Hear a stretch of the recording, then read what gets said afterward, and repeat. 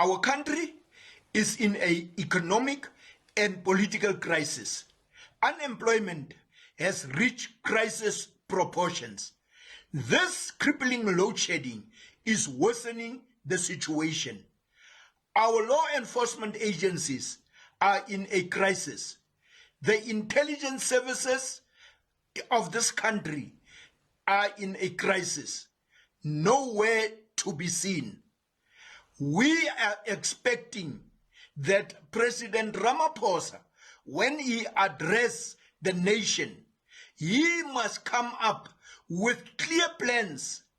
In this State of the Nation address, the ACDP expects the President of South Africa to issue an apology to all South Africans because he was economical with the truth on the issue of mandatory vaccines, bearing in mind that in February 2021, the President promised South Africans that there would be no mandatory vaccines. However, at the end of 2021, he spoke to the nation again, indicating that he's putting together a task team to look at introducing mandatory vaccines in South Africa. Al-Jamaa expects the President to say he will introduce a 19th Amendment to the Constitution to give people in South Africa the right to water instead of just access.